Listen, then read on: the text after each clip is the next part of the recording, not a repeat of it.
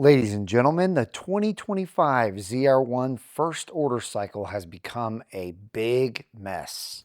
Guys, check it out. There is a brand new Sprint Car Hall of Fame Museum ZR1 with the ZTK package ready to be won. And I'm going to show you exactly what you will win right now. The Sprint Car Hall of Fame is giving away a beautiful brand new competition yellow ZR1 with a ZTK package. And right now, because you are a Brink of Speed watcher, click on my link and it will give you 20% bonus on your purchase of the tickets.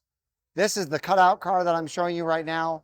And we'll take you over here and show you an actual real ZR1, but what a awesome giveaway this is. It's the first ZR1 being given away. And like I said, because you are a Brink of Speed watcher, you will get 20% bonus tickets for such a beautiful car. Now it is a coupe, so you will get the beautiful split window on it and the 1,064 horsepower, just like my shirt shows there. So guys, good luck. All the links are in the description below and in the pinned comment. Click it.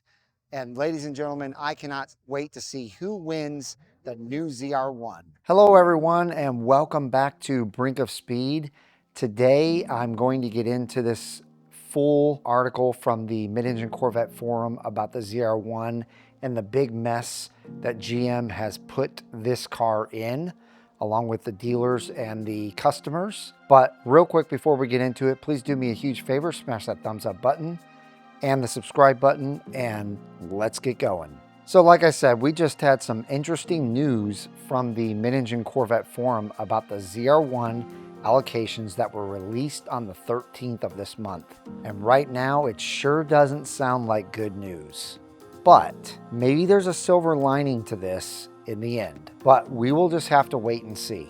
Also, make sure to check out this article as I linked it down below in the description. I recommend that you at least read every comment from John Elegant as he breaks down exactly what's going on here.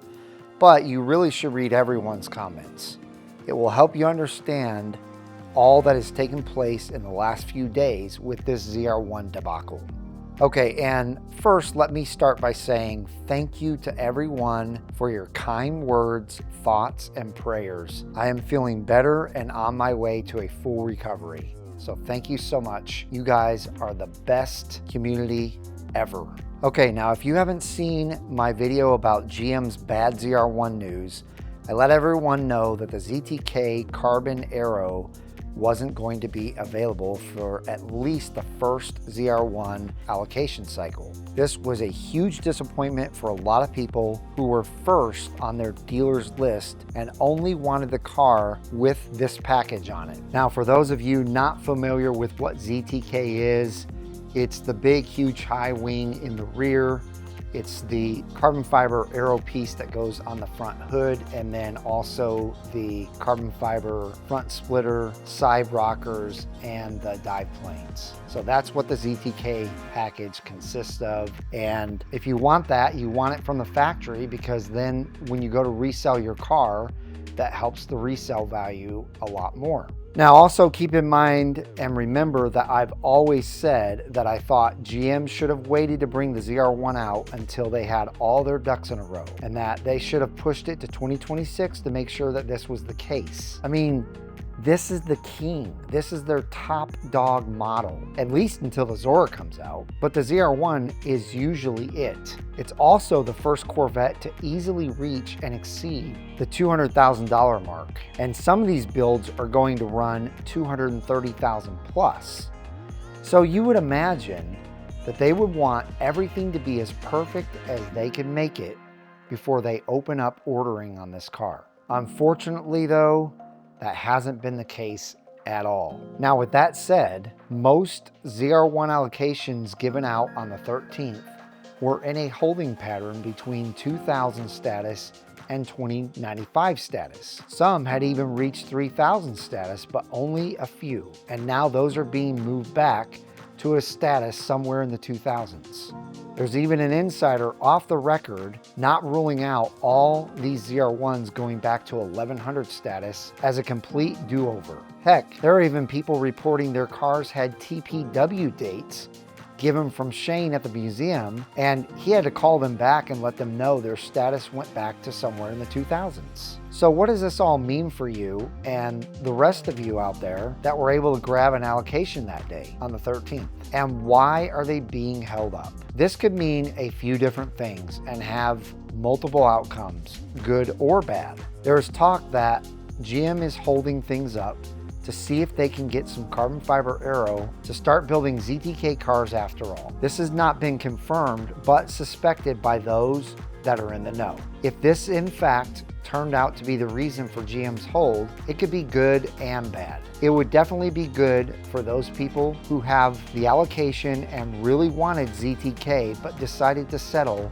just so they could get one of the first ZR1s. It could also be a win for those who didn't care about getting ZTK, but they may decide to go with ZTK now that it's available. But on the other side of the coin, this could be a big problem on GM and dealerships' hands. They've added a new status of 2095, which is some sort of manual hold on some of these ZR1s. The consensus is that these are being held up at certain dealers who GM may make available ZTK/TOM packages to. As in, GM is trying to find as many carbon fiber parts as they can right now to help make it possible for some of the customers to still get ZTK. We all know that once our car goes to 3000 status, you can no longer make changes. The crazy thing is, some of the ZR1s are stuck at 2000, which is order accepted by GM, 2030, which is order re-edited, and 2050 status, which is order changed. If you were one of those that gave up your #1 allocation because you couldn't get ZTK, and now you're hearing that ZTK is available,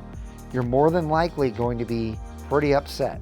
Just think, you gave up your spot under information that was correct at the time, but now might turn out to be false. Some, if not most of the people, are going to want their spot back. I mean, I know I would. So this could be a real PR nightmare for GM. Now, GM could be holding these ZR1s in this holding pattern for a whole different reason. But either way, it doesn't instill confidence in us for their ability to be hiccup-free with their new ZR1 rollout. On top of all this, and this next point that I'm about to make isn't confirmed either, but with how close GM might be cutting this as far as production goes, we may still see GM change their minds and tell us that the first ZR1s going to customers will be 2026s. Now, I doubt this would happen, but you never know what can happen. As you can see, GM and Chevy dealers have a big mess on their hands right now. But in the beginning, I told you there could be a silver lining to all of this. And there really could be, at least for some people. I mean, you can't make everyone happy, right? And there are two ways that this could work. Let me explain. If GM is able to get everything worked out to add carbon fiber to the 13th allocations, some dealers may allow the person that held the #1 spot and gave it up to get it back. Hopefully the lucky person who was next in line and took that spot will understand and not fight the dealership over this. So as you can see, it could be a happy day for the first guy who was super disappointed and gave that spot up. This would obviously be a case-by-case scenario with each dealership, and I would be surprised if they all decided to go with this option. GM could also find out how many people wanted ZTK and passed their allocation along to someone else and put them on a separate supplemental allocation list. This way, as new allocations are given to dealers, if any ZTK is available, they would go to 2000 status on their build no matter what was happening with the dealer's other ZR1 list of customers, and it wouldn't interfere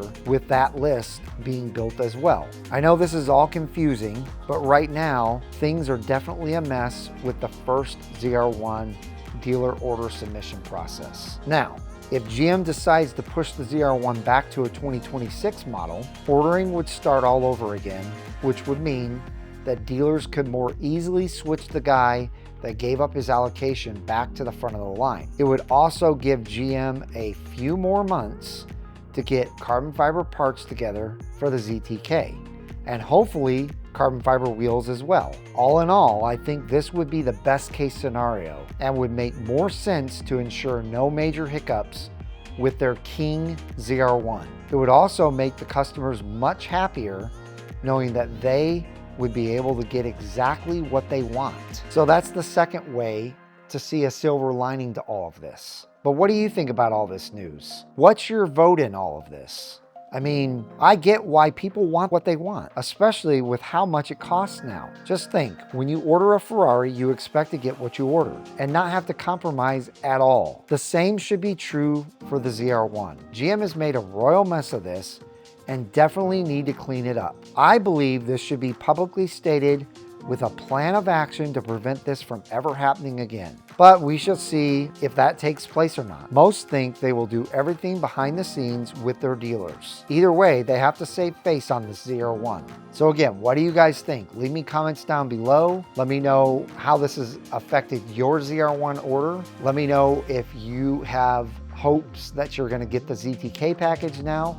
Also, let me know if you are fearful that you were given someone's spot that wanted ZTK and it may be taken back from you. I'd like to hear that in the comments. Let me know also if you think that GM should just push this back to a 2026 model to get all their ducks in a row and make sure that they've got this carbon fiber ready for people to go ahead and order ZTK packages when they open up the ordering banks. But that's going to do it, folks. I wanted to get all this information out to you. Like I said in the beginning, check out the article. It's linked in the description below. It's a great article. It's being updated by the minute. When there's new information, it's added to this article, and it's all good information. Join the Mid-Engine Corvette forum if you haven't done so. John and Keith do an excellent job on there. Give this video a big thumbs up, smash the red subscribe button. I hope each and every one of you have a wonderful rest of your day, and we'll see you guys out on the road.